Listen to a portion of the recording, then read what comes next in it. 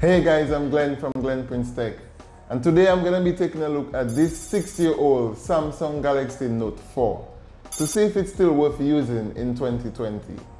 I will also be giving you a few tips on how to get better performance, especially if you're using a much older device. Let's take a look at the spec sheet. So the Galaxy Note 4 has a 5.7-inch Super AMOLED display. It runs on Android 6.0.1, has a Snapdragon 805 processor, Adreno 420 GPU, 3 gigs of RAM, 32GB internal storage plus micro SD card support, a 16 megapixel main camera and a 3.7 megapixel selfie camera, a 4220 mAh removable battery which supports 15-watt fast charging, and yes, it has a headphone jack. So built into the operating system are animations that look pretty cool, to be honest. I really like them. But these animations can slow down your device. If you're using a more recent device, although this Pixel XL is more than 4 years old, but if you're using a more recent device, you most likely won't see a dip in performance. But older devices such as the Samsung Galaxy Note 4, you will definitely see a performance drop. Here's how to turn off these animations. So go to your settings and go to About Device. Now as you can see, developer option is available to me, and that is because I have already turned it on. Here's how to turn it on. So go into About Device and you want to click on Build Number. Now click Build Number 7 times. As you can see here, I have already turned it on. Now go back and let's go into developer options. Once we are here, we want to scroll down to where it shows Window Animation Scale, Transition Animation Scale, and Animated Duration Scale. We want to turn all these off. I've already turned mine off. So just go through each of them and turn them off. Once you're done, you can go back to your home screen and you should definitely see a noticeable difference in your user interface. It should be a lot more responsive.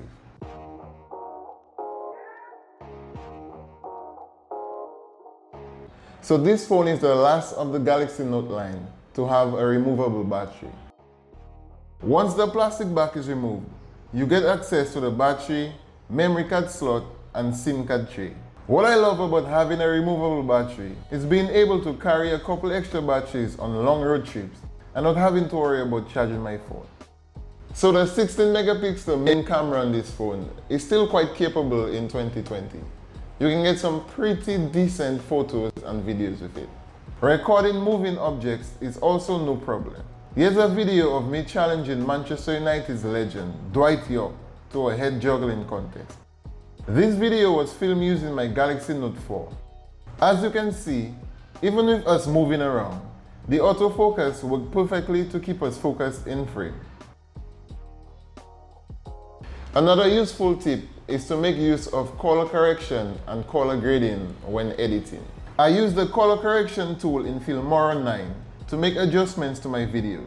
This is where I adjust the exposure, contrast, saturation, etc. This nighttime video is a typical example. I personally feel like the camera system on the Note 4 is still pretty good. What do you guys think?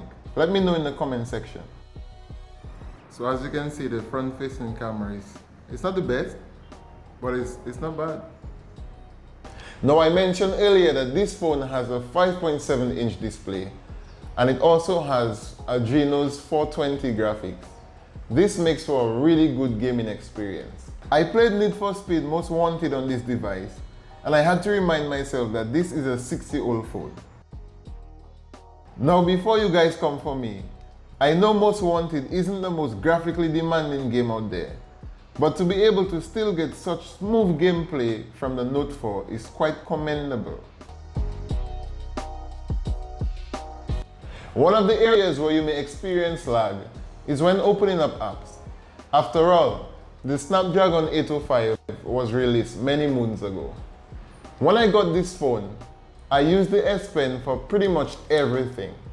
I was actually pleasantly surprised to see just how accurate the S Pen was and just how much fun it was to use. While it is not as good or as fluid as the S Pen on the Galaxy Note 10 Plus, It is definitely a feature worth having.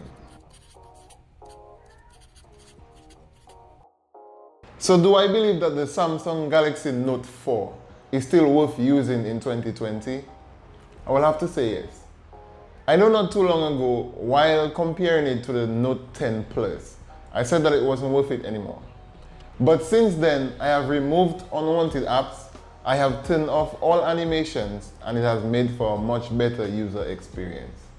Also, color correcting your footage will make your $150 Galaxy Note 4 look like a 2020 flagship device.